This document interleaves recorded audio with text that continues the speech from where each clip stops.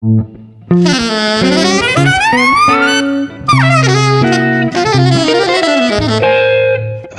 Jazz.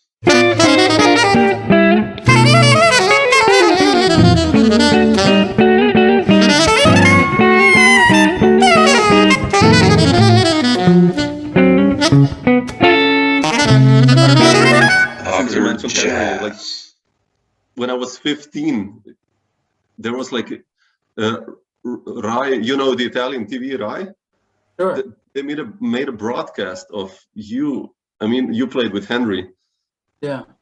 And I remember like, I didn't understand the music. I was just starting into jazz and, you know, it was too complex for me. But I just remember still now, it was video cassettes, your solo. And I was just like this cool guy, you know, with dreads playing this amazing distorted guitar solo. And I was just like, man, I want to do that. And I didn't know, you know, who Henry was, who you were. I just bought this magazine, you know, and then I started to follow things. And it was just like, man. Well, that's pretty cool.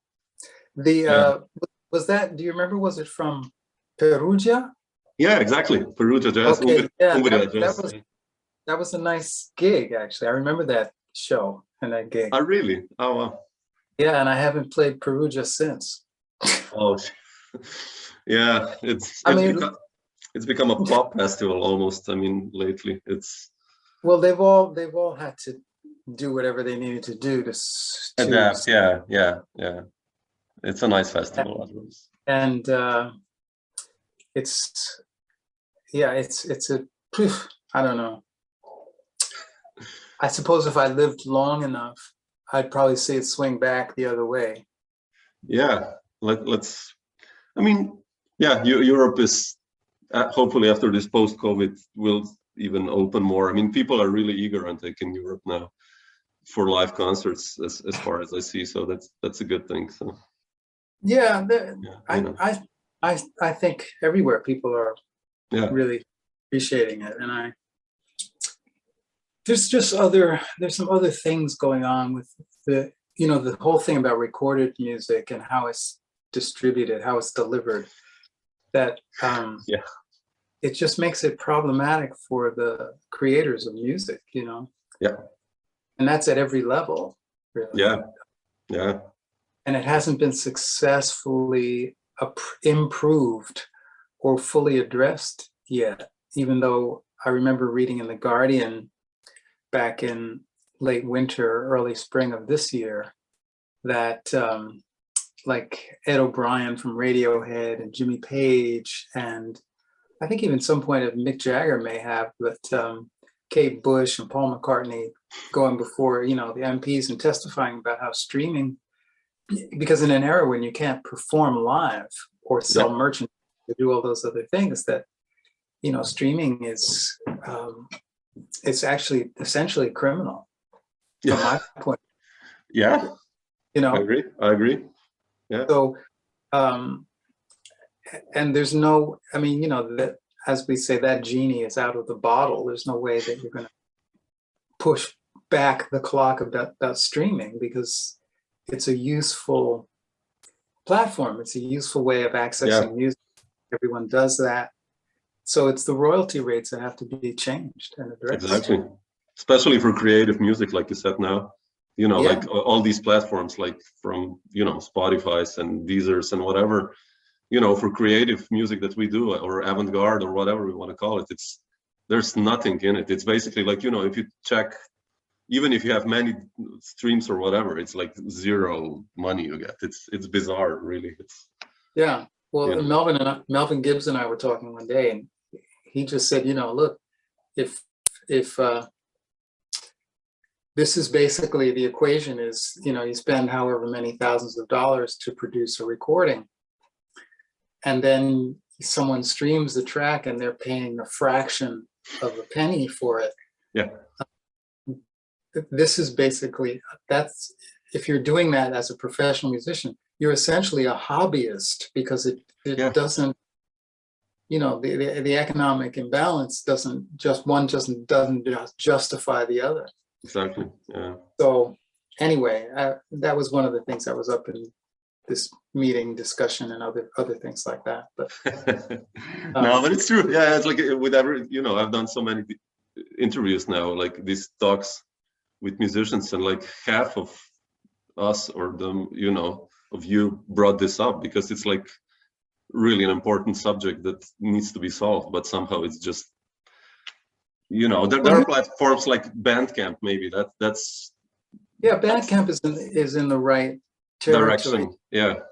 But I really think that it's really with the musicians. I really think it's with us. I think we're in a position where we might really need to withhold our recorded creations and just play live.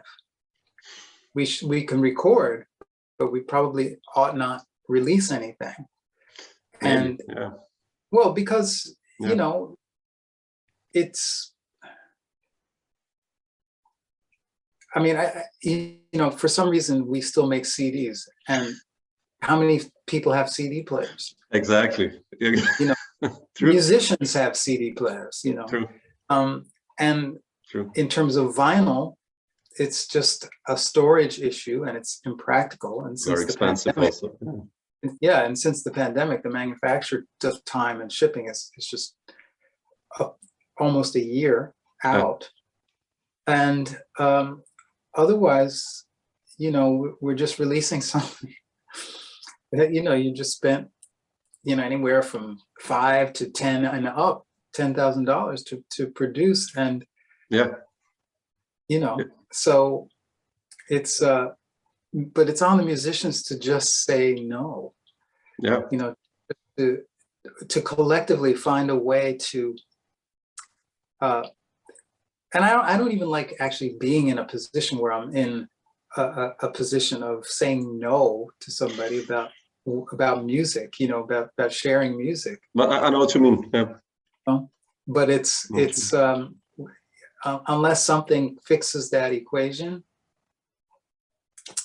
you know, it just produces an environment that's just not the best. It's just really, there are better ways. And musicians, you know, during the pandemic, people were asked to, you could do an online concert, you know, you could do all of these things so that we can feel better, you know, we, the world, the community, and you know, we miss turn it around now, you know. Yeah, and it's just, you know, it's always that way. So I think the value, what we provide, and the value that's connected with it has to be re-evaluated and also rebranded. Music needs to be rebranded, to use a contemporary term, so that you have to pay for it. Yeah, sure. I mean, like my students, for example, it's completely natural that they download everything. Yeah, for free. For free.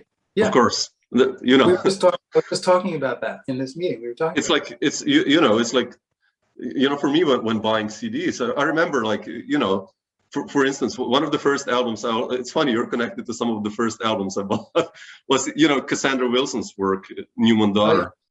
Yeah. And I remember buying that CD, you know, it was a lot of money, and still, no, it was Slovenia already, not Yugoslavia anymore. But I remember buying that. It was like a project, you know, taking out the booklet, reading the lyrics, saving your money, putting on the CD. It was like, it was romantic, you know, like I love that. It was just like a process. And I explained this to my students, and they're just like, what do you mean? You know, they just listen to 20 seconds of a song, not even listening to the whole album and the storyline of the album, and, you know, that's, forget about it. It's like, you know, so like you said, rebranding, something. It's well, re-education, you know, and re-education. You know, for everybody, it's just, you know, here in the States, I remember, I mean, you know, in Europe, buying, you know, drinking mineral water was a standard thing, but in the States, when they started introducing that, sorry, I'm trying to get. No, sure, no problem. Hang on one second, Sam. Yeah, sure. Be right back.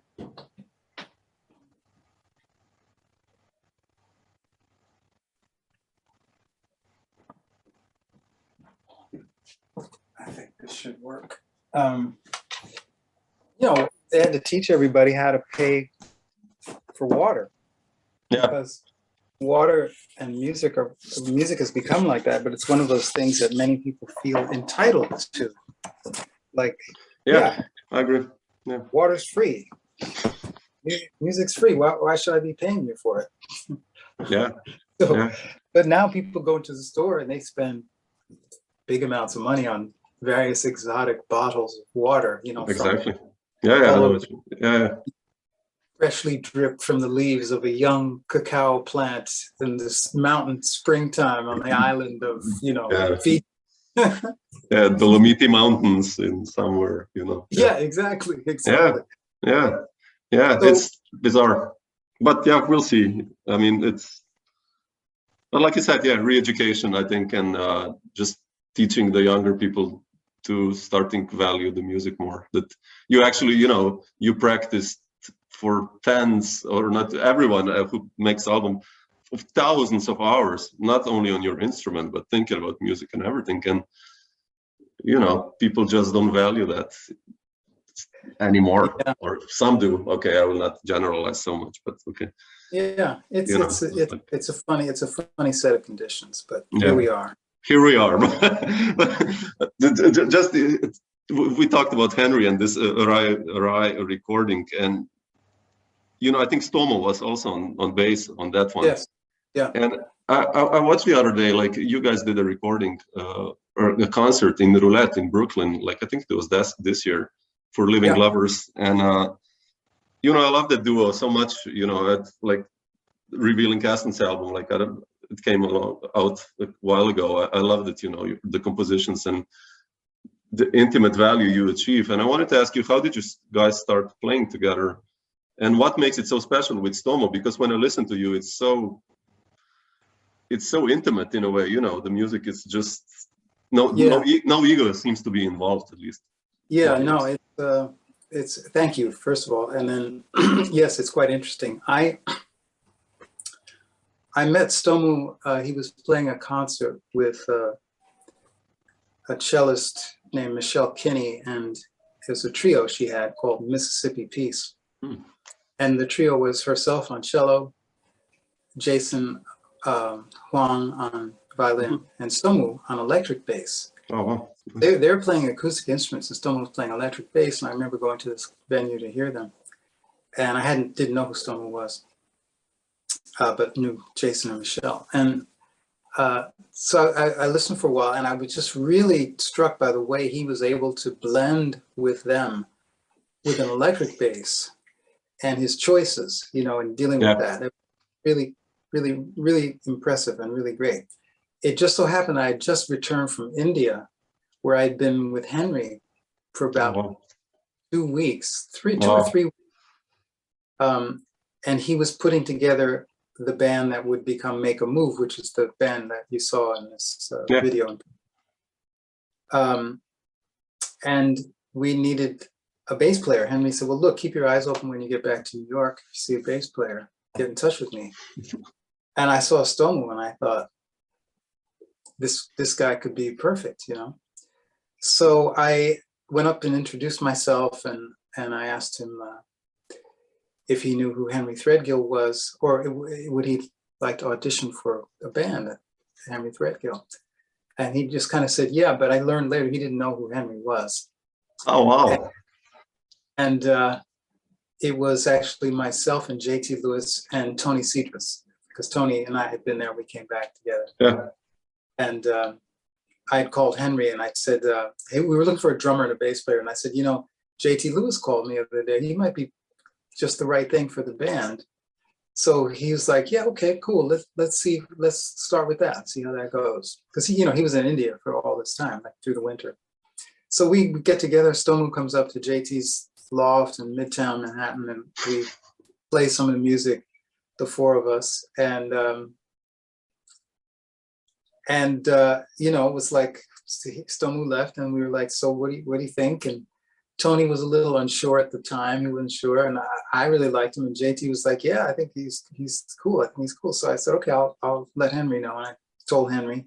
So that settled that. And Interesting. as we started working together in the band, you know, Henry would write these different pieces, and we were doing this project with a puppet dance theater, and we were in residency up in Vermont, putting together this performance. So Henry was writing music every morning, every day for different things as he was seeing the dance.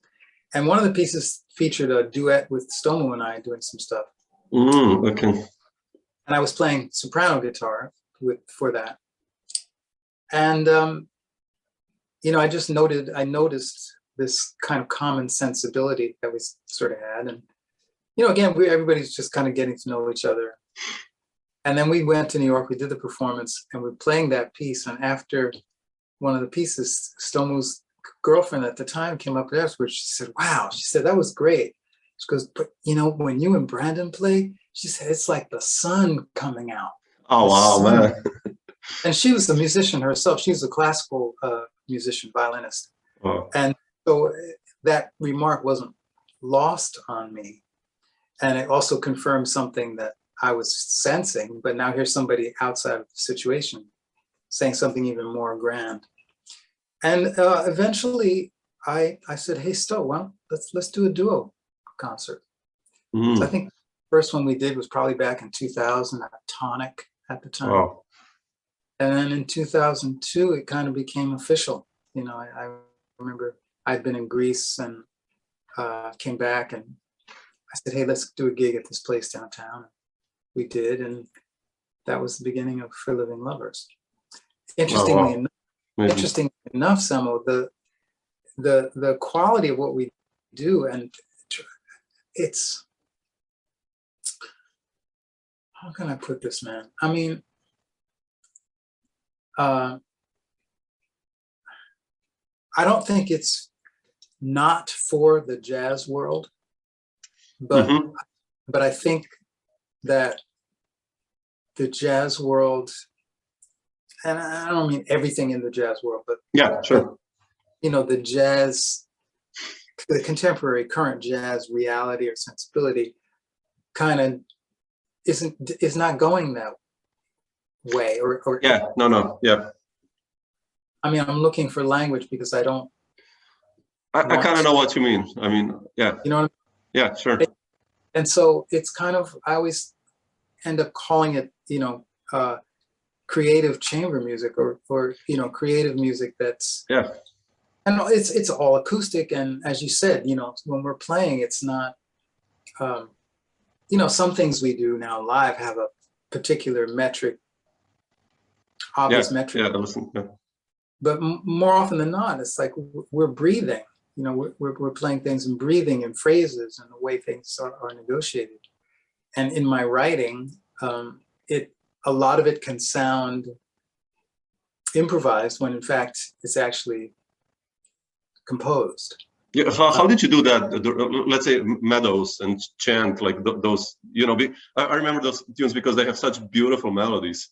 And it seems when you write for that duo, the melody seems to be so important, or? Yes, it is. And it's a way of listening to music. I was listening to an interview with Terry Lynn Carrington the other day. And at some point I picked up, she was saying, well, yeah, no, I don't, you know, I don't count. I don't count time. Wow. Phrases. I mean, you know, and learning the melody, and it's phrases. I'm playing phrases that, you know, that's what I'm doing. You know, I'm not counting. And it's right, exactly. It's in my case, I would say it's gestural, and it's again about the idea, you know, the confluence and the flow of musical idea and how people interpret that. It just so happens that with Stomu and me, it's like this third entity is formed. That's the connection between his innate sensibility and my innate sensibility.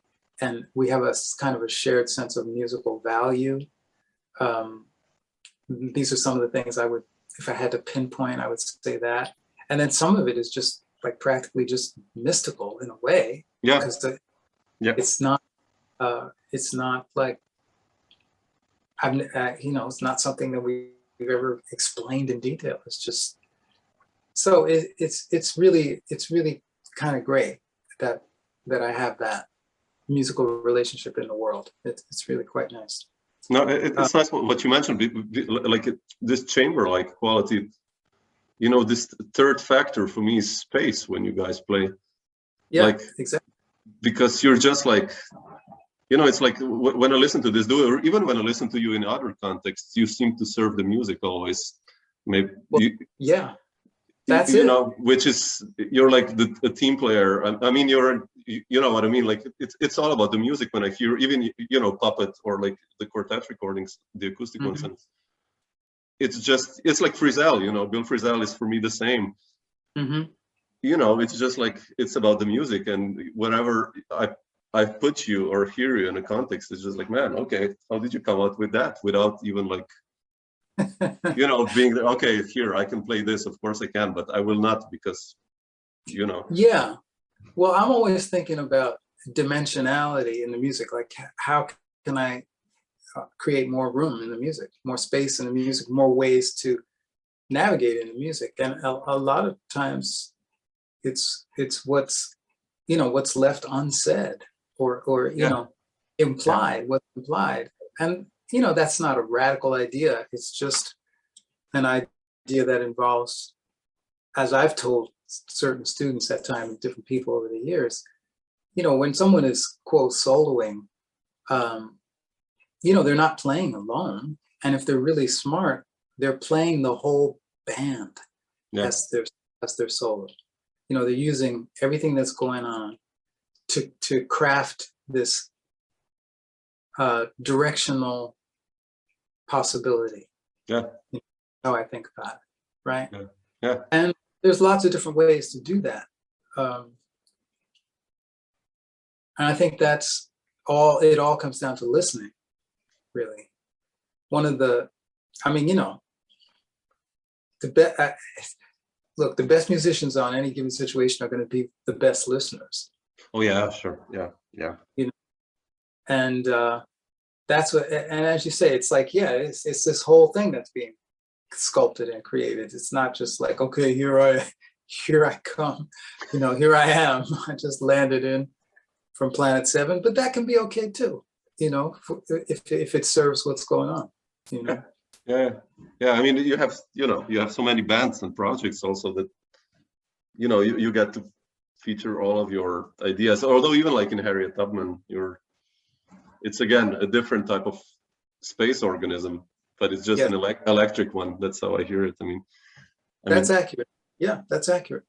We were just rehearsing yesterday, in fact. Oh, really? Oh, man. Yeah. We're working on some new music. Oh, man, that's beautiful.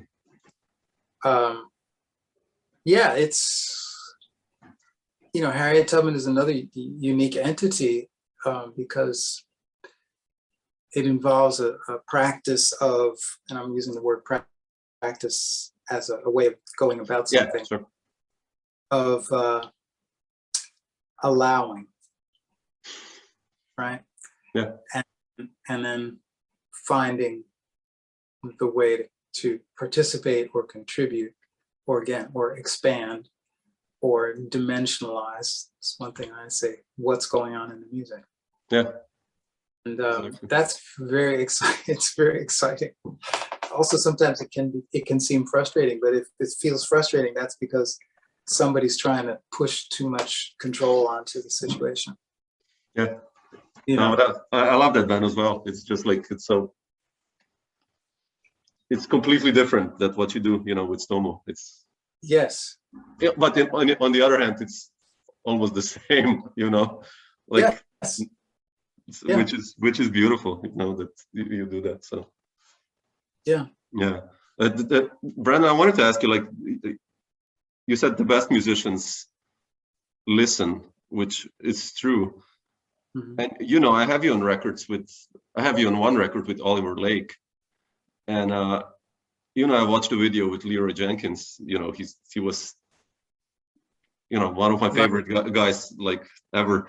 And you played with Archie also in the beginning, Archie Shepp. Like, how did this experience form you when you came to New York? Like, let's say early 80s or late 70s. Yeah, it How was that early, experience early. like? Well, again, that's a thing. It's like,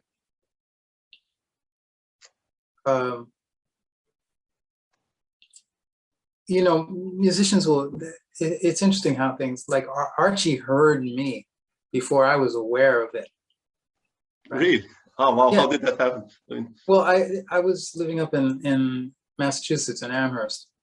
Archie was teaching at UMass at the time, UMass Amherst. And Max Roach was there also at the time for a while. oh, wow. And I came to town and they were having a workshop. So I went over to the workshop. I had an acoustic guitar with a pickup. And I remember it was like a big band workshop. And I sort of plugged in to play. And somebody was walking by and they tripped over the cable to my pickup and rendered it useless. And so I couldn't be amplified and you couldn't hear me over drums or anything. But there were maybe a few minutes of playing before that. And I guess that's when Archie heard me because it broke. And I said, man, it's like, I said, Archie, you know, I think I can't hear myself. He goes, you sure you don't want to play? And I said, well, no, because it's just really frustrating. I'm overplaying. But apparently he heard enough to ask me to record with him. Oh, wow. So there's a trumpet in my soul. Yeah. Okay. Yeah. So that's the thing about that, like people listening and hearing. It's like, you never really know unless you're listening. And then what you hear in a way of listening. And I remember him telling me at the time, and I'm still a teenager, and he said to me, I said, yeah, you know, I ran into him one day on the street in Amherst, and he said, yeah, Brandon, how's it going? I said, well, Archie, I'm trying to, you know, practice and get better. He goes, well, man, he goes, you know, I think you already got it, man. He says, I think, you know, you have to define what you're doing. And I was like, okay, right. And I have to say, it wasn't until probably 20 years later that I understood something about what he meant. And also about, I'm going to get back to the rest of your question too, but please. Yeah, go on. That I realized that musically, then I was already musically whoever I was going to be at that time. Yeah. Like essential musical character understanding was already there. And I think that's true for everyone. Yeah, I agree, actually. Yeah. And what happens as a result, this is something interesting too. Again, Melvin recently wrote an article for Jazz Times, and one of the interviews that didn't get used in the article was with Tim Byrne. Oh, okay. And and Tim was saying to Melvin, their old friend, we know each other, of course, and they were talking about your own sound, right? Like having your own thing, your own sound. And Tim was saying, he said, well, really, actually, before you learn how to play anything, you actually have your own sound. Because when you start learning to play, you start learning to sound like things that you've heard or that are out there. Yeah. That register as being, you know, professional or some kind of standard. And it's really, it starts bringing a sameness to things. And in fact, most of the contemporary state of jazz that I hear today is just, I just cannot even listen to it. Yeah. Personally. I mean, it's like, it's a bunch of people who have learned to master licks and phrases and mannerisms and plain 11 and 7 and whatever. Yeah. Just different kinds of moves that amount to a very well executed recreation of these classic figures and the music that they did. And if that's what they're after, that's great. That's fine. Yeah. It doesn't engage me at this point in my life. If I were going to hear that, I would just go, you know, if I wanted to hear epistrophe, you playing epistrophe in some way that was actually where you really had something new to contribute, I'd probably hear it. Otherwise, I'm gonna go listen to Monk. Yeah, exactly. Yeah. I mean, and it's like, and that's fine. I mean, it's all fine. Although I just you know, I just think it's And there are people who are doing things that I find interesting and like, pushing to go somewhere and be about some things. Yeah. That's cool. But anyway, recognizing that piece and thinking about that statement by Tim, but then going back to what Archie was saying, that was a very helpful thing to me. And then I got down to New York. One of the big draw that pulled me to New York was hearing the record of Leroy and Rashid Ali, that duo record. Oh, yeah. Swift Are the Winds of Life. And I remember, I loved that Leroy's playing. So I came to New York. I was sort of hanging out, trying to find what to do, find my way. I was living in New Jersey at the time, just outside of the city, at my mother's place for a while. And I went into the city to see a friend of mine. He said, "Hey, look at this." In the Village Voice, there was an article by Leroy Jenkins. An ad that said he was doing this like 6-week improvisation workshop, something like that. Oh, wow, man. Wow. And it was like open to people, like he was accepting, submissions, like auditions for the workshop, whatever. And it was $120. I say only now. At the time, it might as well have been $1,200. But so I was like, wow, I don't have that money, but how can I? So I called and I pitched the idea to him. I said, "Hi, Leroy, I'd like to take your workshop." He goes, "Yeah, well, that's great. That's great. What instrument?" I said, "Guitar," blah, blah. He goes, "Great." He said, "So it's $120. I said, "Yeah, I read that." And I said, "You know what? I wonder if you would consider that in exchange for being in the workshop, like I could copy music for you if you need parts copied or things like that, He goes, oh, you mean so sort of like a scholarship in exchange for doing? I said, "Yeah." So he said, "Well, I hadn't thought about that. Let me think about it. I'll let you know." I said, "Okay, great." So he got back to me and he said, "Okay, yeah." So basically I just kind of creatively thought my way around it and got in it. Wow. And it was great, and met weekly. And at the end of that period, or during that period, I gave him a cassette of a live concert I had done with something, so he could kind of hear my playing. And he said, "Yeah, man." He said, "You sound great." He said, "You got to work on your reading some." He said, "Most of the people out here, they don't really have time to be dealing with that." But he said, "Yeah, but you sound great. You got a great sound." So during that time, Oliver Lake had this band Jump Up, and he had his guitar player in the band, one of the two, had left to do his own thing. And so Leroy and Oliver were doing duo concerts at the time. And I guess they were talking about that. And Leroy said, "Well, hey, man, you ought to check out this guy in my workshop. He's Brandon Ross. I'll give you his number. You should check him out. He's really good." So Oliver called me and I just auditioned for him and got the gig with Jump Up. And then at the end of the workshop, Leroy, as a result of it, because he got a bunch of guitar players, a violin, maybe some stuff, and a bass player, and he decided to put together this string band called Sting. And that was how that started. He asked me to be in that. Oh, wow. So that triggered a lot. Yeah. Wow. Yeah. So I got into Leroy's band Sting, and then I was in Jump Up, and a lot of stuff was popping at that time. And so, again, we're talking about people who are really creative thinkers, and innovative about playing, and also individual sound-wise stylists. They don't sound like anyone else. And compositionally also, Oliver, especially. Yeah, and Leroy, also. Violin, come on. Yeah. And so I was in this great spot in, getting all this information and education, and starting to travel and play a lot. So it was really just great. It was just a really great thing. So, this thing from like Archie and different people, it was always geared to, and especially like the AACM community, of which Leroy was part of, and later working with Henry and Oliver too, and that thing. It's like, be musically yourself. And Leroy had a long standing friendship with Ornette Coleman too, and used to talk to me, tell me stories about Ornette, things that would happen. And at one point, one of the drummers for his band Sting was the drummer in Prime Time, one of the drummers in Prime Time. His name was Kamal Sabir. And I ended up forming a trio with Kamal and Terry Janor, the violinist, and myself. And our early rehearsals we had at Ornette's school when he had bought this school building, unused school building down on Lower East Side on Rivington.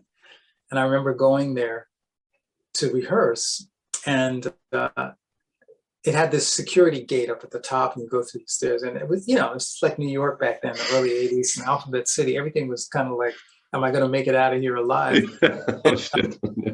And I go to the top of the stairs, and I see the silhouette of this figure coming down to open the gate.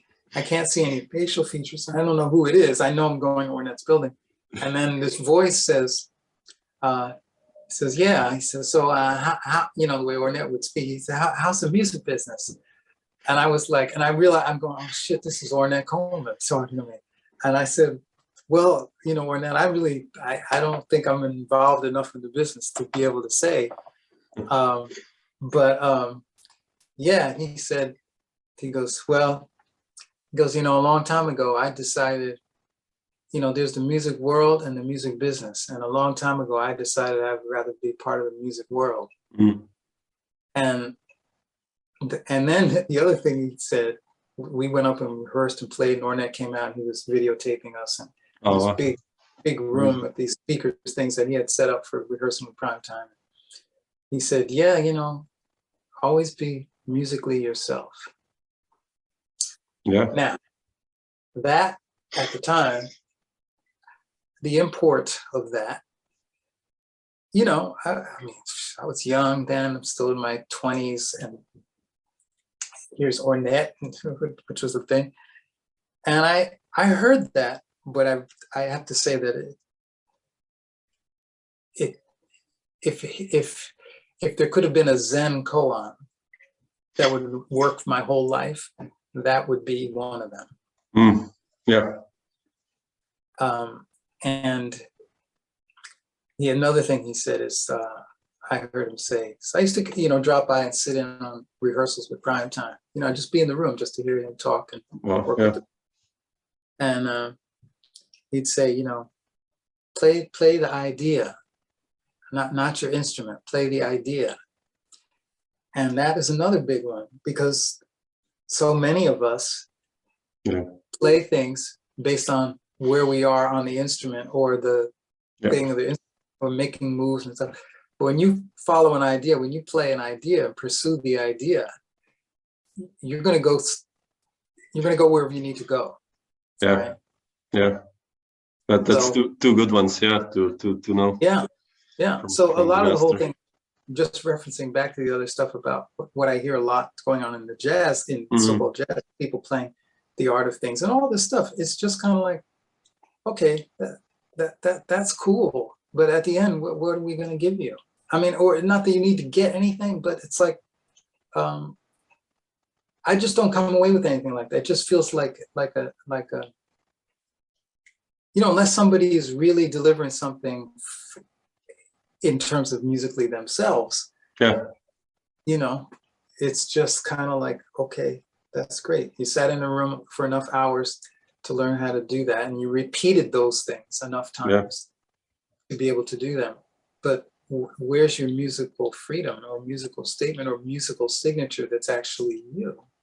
Yeah, especially guitar world is dangerous. I mean, if I listen many worlds, to, but especially guitar is like, no, I will not, I know exactly what you're talking about. I don't want to name musicians now, but, it's like so many sounding the same. Like, you hear a guitar player now, like even a famous one, what you're saying in this genre now, and it's like, I don't recognize, he could be any of the 12 players that sound the same, Yeah. And it's like really, well, if it's cool for them, that's nice. But, I'm always like, for me personally, searching like, use distortion, use that, I don't know what. Yeah, I mean, I don't know, something.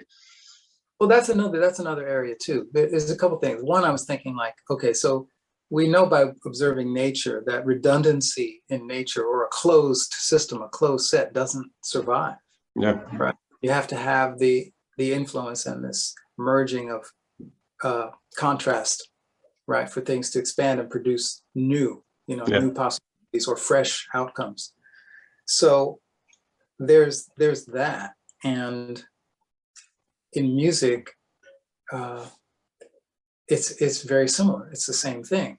Well, you mentioned, distortion or something like that. So the other thing that's happened with the advent and the advance of technology is now that, we can get these devices and things that do all of this stuff, right? So you spend time playing an instrument, working on something, then you plug into this device, which now suddenly makes you sound like everybody else who's plugged into this device, more or less. I mean, it compromises your, whatever you might think of as your sound. It flattens it out and makes it more of a general kind of thing, a standard issue result. And so then people say, no, but you can go inside and tweak it. Okay, so then you're sitting in front of a screen and you're dealing with, parameters, all this kind of stuff. You're spending hours doing that. Then you come out and you go, yeah, listen to this killer sound. And it's like, okay, and what else? Exactly. No, just that's sound. Okay. Yeah, exactly. That could be fine. That could be cool, But so these things often end up being distractions, which is why I don't practice electric guitar in an amp very often at all. Me neither. I never do it. For 20 years, I have a great amp and everything. I just take the guitar and just play it. I mean, I'm picking up my acoustic, and that's just from things back at Discovery at music school when my electric guitar was broken for a while. I couldn't play it, and I was practicing on my acoustic, and I was like, oh, gee, suddenly I can play more fluidly on the electric after practicing on acoustic. So that was that's the thing to do, because then I'm covered on acoustic, and I also go here. But there was something else I wanted to say, which was that in terms of redundancy, like in an ideal world for me, it should be like, okay, I'm somewhere and it's like, let's say I'm walking down the street in Rome and I say, oh, look, man, there's someone, he's playing. We got to go hear him. We got to go hear him. And it's like, what? Well, because that's the only place you're going to hear that. That's the only place that you will hear this thing. Let's go check it out. Then it's like, oh man, look, hey, oh shit, look who it is. It's Liberty Elman. Let's go there. We got it, because that's the only place you're going to hear that. Oh, look, there's Esperanza Spalding. We're definitely going to go here and do that thing, because that's where you're going to find that. And not by name, but just because we ought to each have something about what we're doing that makes it worth sitting down in a chair for 20 minutes to 40 minutes. True. And hearing what's going on with somebody, something like that, like a contribution to the whole, and not where everybody sounds like the same. Yeah, I agree. Thinking that they don't sound the same. No, it's that's why I'm not buying these. I still use pedals. People sometimes. All of my friends, have these. I don't know, what are they? Multi-effects units, you mean? Yeah, these, they cost around 2,000. 2,000. Wow. Like this Kemper and this stuff. I don't know if you know this. It has every pre-programmed stuff you have. Yeah. I still have a distortion rat from 1984, that weighs 2 kilos, the old one, and man, it beats every distortion on that $2,000 equipment they have. It's like, well, because that equipment is chasing that rat from exactly. And it makes certain things accessible, easy. It does, awesome. And it's okay. It's just, But it makes it, what you said, generic also in a way, or at least. That's the word. Yes, that's the word I was looking for at the time and didn't find. Yeah, it makes everything generic. It's true. Kills the music in a way. I mean, my opinion, but Brenda, I just wanted to also ask you this. We mentioned Henry so many times, and he's one of my heroes musically. I mean, it's like I tried to, I never seen a lead sheet of Henry's, but I've tried to transcribe the melodies and try to make my own lead sheets, what you guys played, or even the later bands. And I wanted to ask you, how was your experience with him? We mentioned Leroy being so important, and how did you get that gig with Henry? And so Henry, so so you're in New York. It's that period in the 80s. Still a whole lot of people around doing interesting stuff. A lot of schools of stuff going on. You know, Art Blakey was still around playing in the city, and all these musicians now, many who are gone. But so I'm playing at Sweet Basil. Oh man. Woo. Yeah, there you go. I'm playing at Sweet Basil one night with Leroy, with the band Sting. Oh wow. And afterwards, Butch Morris is in there. Butch comes up to me and goes, "Yeah, man." He says, "Hey, listen." He said, "I'm Butch. Look, man, you want to come and play? You know, later this week I'm doing a thing. I'd love you to come and play." So I said, "Yeah, okay, cool." So I go over to this place, in the East Village somewhere. Go down through this basement thing into this room, and Butch is there, and Wayne Horvitz, and myself, and Greg Tate, and I forget who all else was there. And Butch was experimenting with some pieces and the conduction thing. He was starting to experiment with that. And I remember we did the gig and I got $5 for it or something.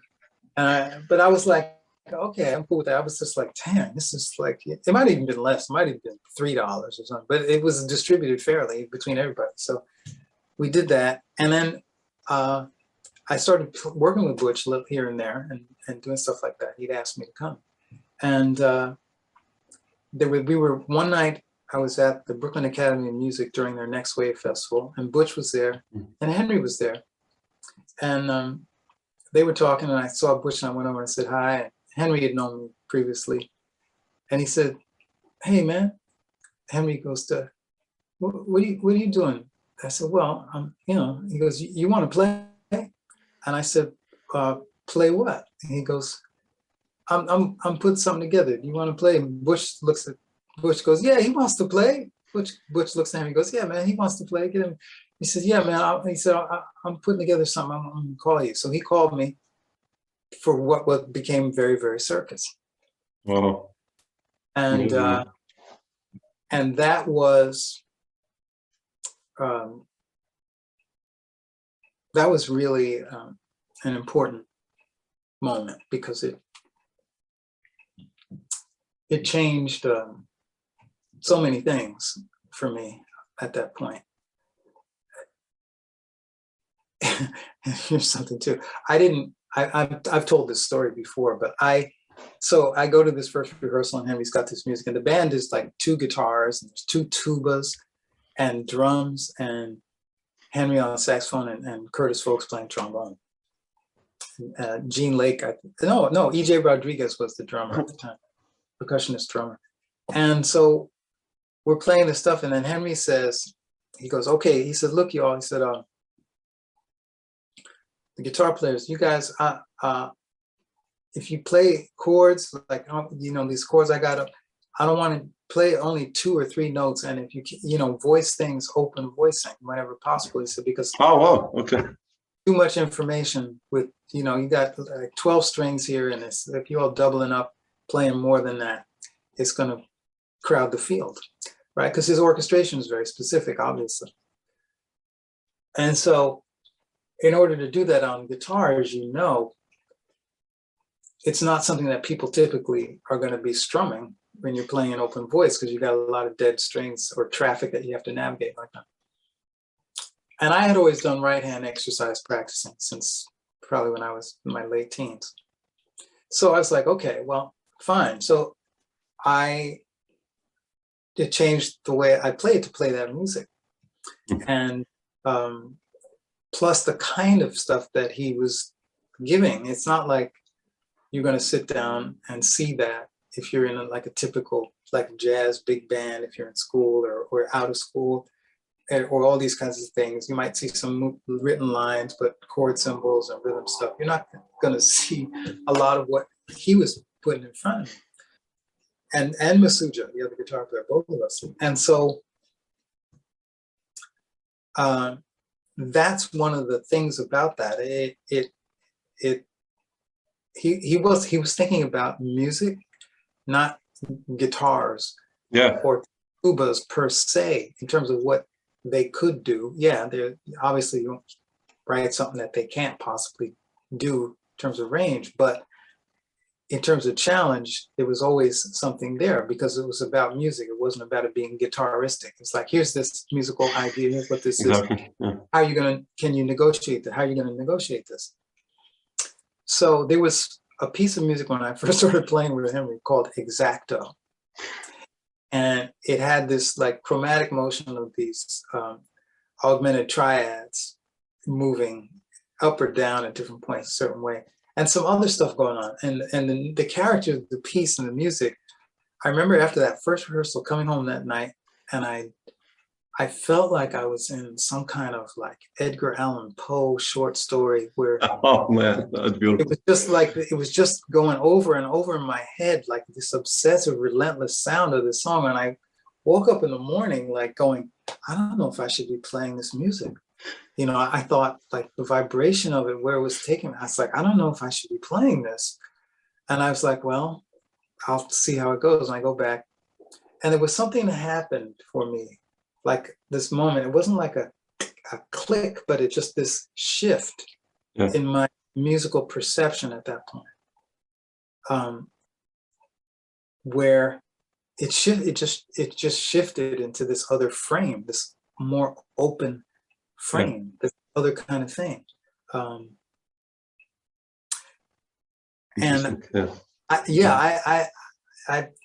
I'd have to think more about that if I wanted to give a more detailed explanation. But when it did, it was just like daylight. You know, it's kind of like that film, The Wizard of Oz, and if everything is in black and white until she gets to Oz, and then it's suddenly Technicolor. So it's kind of like was there a moment for you, like playing Henry's music? You know, you've been with him basically throughout the 90s, that you were like, okay, I get now what he wants exactly, or was it constantly like challenging you? I mean, like musically. Oh yeah, constantly.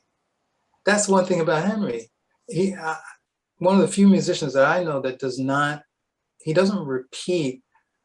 Like if you go up and say, hey, Henry, can you play that song, blah, blah, blah, blah, blah. He doesn't do that. And he also doesn't sit only in the area of his strengths. Yeah. And I remember this because we were in a rehearsal with Make a Move, and he brought out this piece of music, and he had written the parts, but he hadn't constructed the harmony that we might play through, create with. So he came up with something. He said, okay, well, let's try that. He says, okay, Brandon, you go ahead and play first. Take the first solo. So I looked at him like I'm like, Henry. He goes, no, go ahead. It'll be all right. It's all right. Go ahead. So, and you know, it's not at all anything that you would anticipate or was usual, right? So I play through this thing. This Tony and Stomu and JT and everything.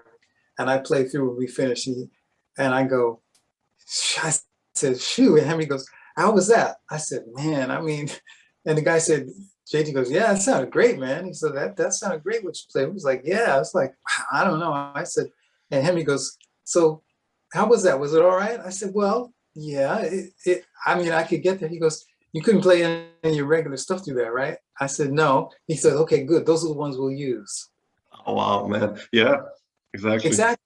And so you keep expanding with Henry, because so many people get to something and then they sit there.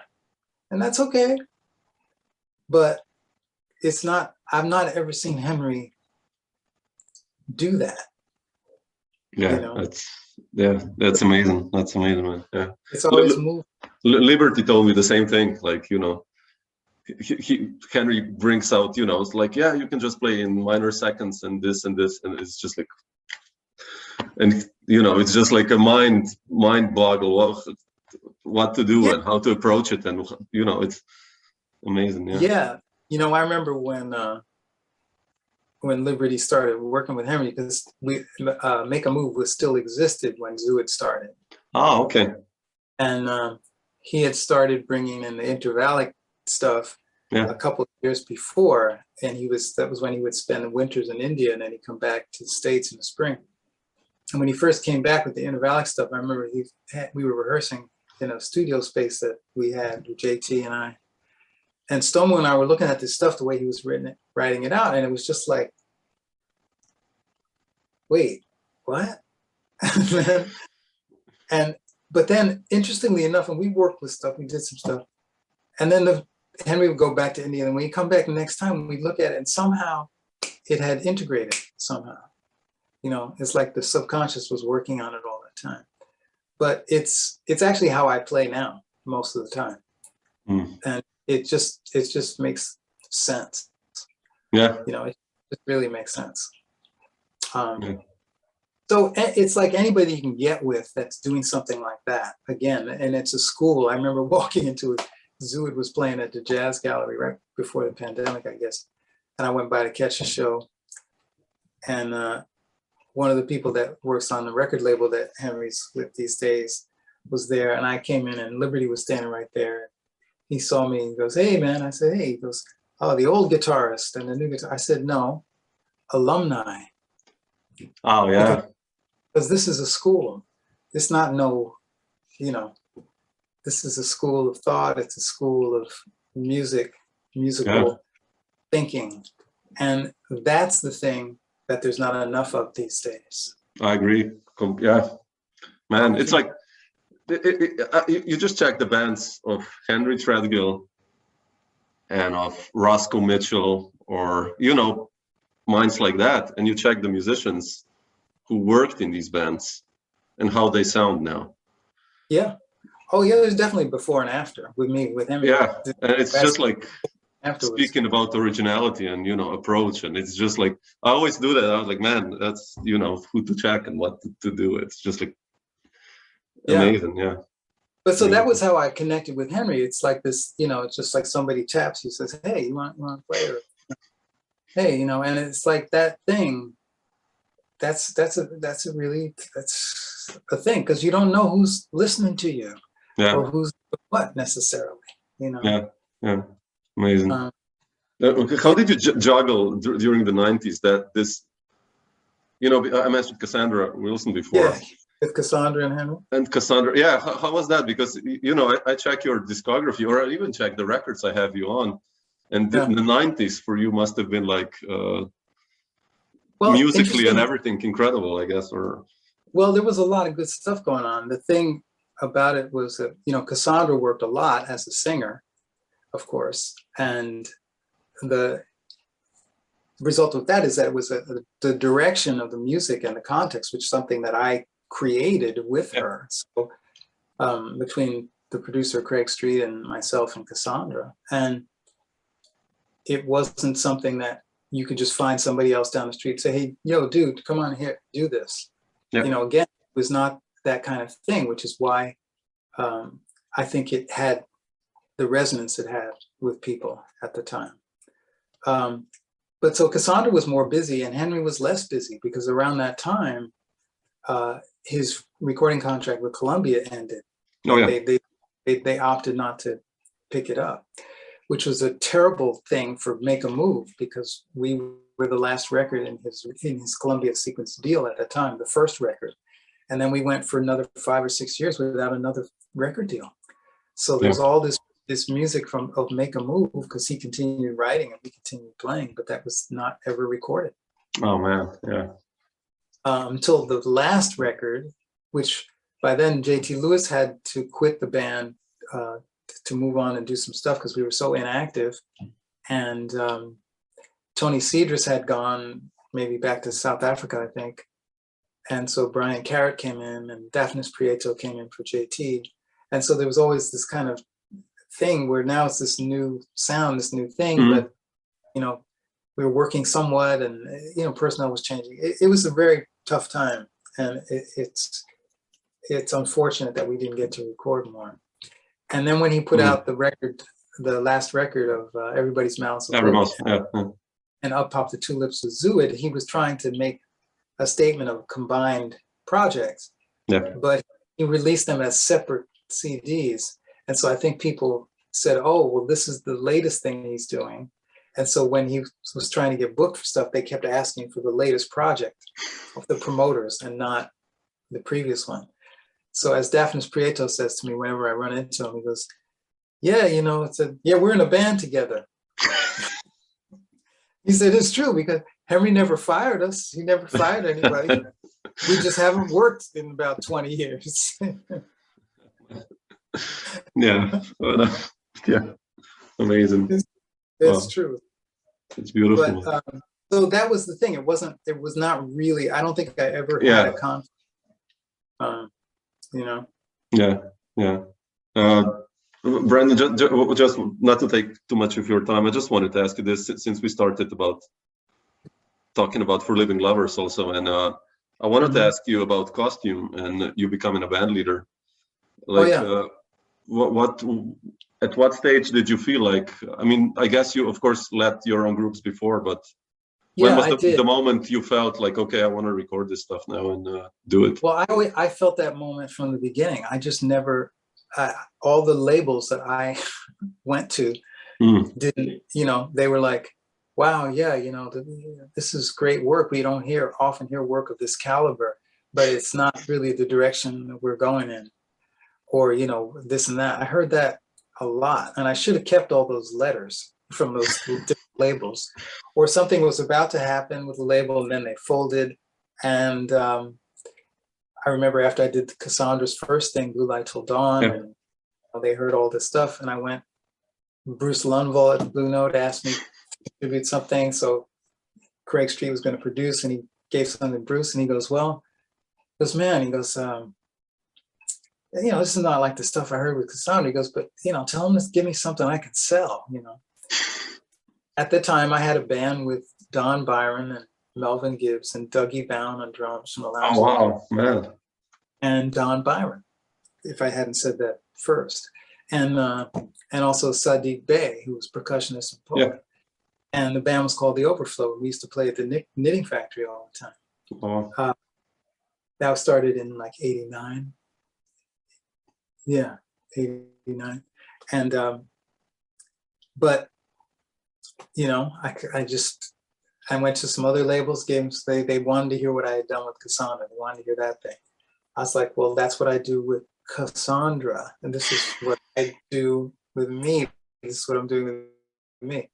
And it was that whole thing, it was just that thing. I was ready a long time ago, and then finally this Japanese label, this guy, wonderful guy named Kazuki Takami, was over in New York doing something, and I guess he knew about me, and probably through Kip Hammerhand and Cassandra, and asked me to send him some music, and so that produced this deal in Japan. Oh, so wow, okay. For a few years, those two records, Costume and Puppet, and another record that we did with classical guitarist Stomu, music of Takemitsu, those were all done in Japan, and we toured in Japan. So I took the quartet with Ron Miles and Stomu and JT over to Japan to play festivals a couple times. And Stomu and I did some duo stuff there. And so that happened from about 2004 to 2000 and maybe 7. And then another extension of something in 2011. And, it was going great. I mean, I get to Japan and be like, God, I'd be in all these magazines and, always, it's just amazing. It's just a totally different thing. It's like, gee, Toto, this is definitely not Kansas anymore. I mean, I walk down the street, people will be like whispering or pointing. I mean, not negatively, like. Sure. So it was very gratifying, but very short term, as it turned out. The CD business started changing, and so stop that. Blah blah blah. Interesting. But that was, a moment when I was just, and I did that first record in a break between tours with Cassandra over like a 4-day period I had. Oh wow! And as soon as I finished, I had to get back and go out on the road with her. So, wow, amazing. And they were never distributed outside of Japan. That was the thing at the time. So that was really frustrating because I had these records that I thought were pretty great, and but beautiful composing also and everything. Yeah, they didn't get to the States or to Europe, and so that was tough. Yeah, maybe something similar again. Hopefully from you, like something like that quartet. I love that sound. It's such a beautiful sound also. Yeah, that group. So We did go to Europe in 2013. I took, but JT wasn't available, so Tyshawn Soray did it. Ah, you played with Tyshawn. Wow, man. Yeah. Tyshawn used to play with For Living Lovers. Really? Yeah. I played with him, like one of the first tours in Europe he did with me. Like, oh, yeah. In 2004, man. It was just like... Oh, cool, yeah. Genius, well, man. He's off and out there now. He's over in Europe right now, I think. Yeah, he's touring with Linda and Vijay. Linda. Yeah, I think Yeah. so. Yeah. Wow, I didn't know that. Wow, that's beautiful. Yeah, man. I have something from the studio stuff. So when we were making the duo record, and I asked Tyshawn to come in because he was up at Wesleyan at the time, and we recorded a couple things, and they may see the light of day. It's like 2 tracks in there. They just weren't completely finished compositions. I felt. Oh, but that would be beautiful to hear. Yeah, I might bring them out because they were done nicely, and I played them on this guitar that Ken Parker built, his archtop guitars. Have you seen those? No. Oh, look for it, Ken Parker archtop. They're okay. I mean, I know Ken Parker's guitars, but not archtops. No. Yeah, that's Really? what he's been doing the last 12 plus years Really? now. Okay, I'll check it out. Wow. And they're amazing. So he lent me one for that session. And the pieces that I did with Tyshawn, I used that guitar on. So Wow. it's Amazing. Wow, beautiful.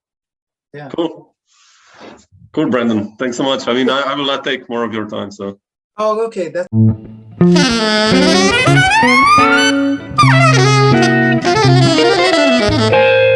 Dr. Jazz.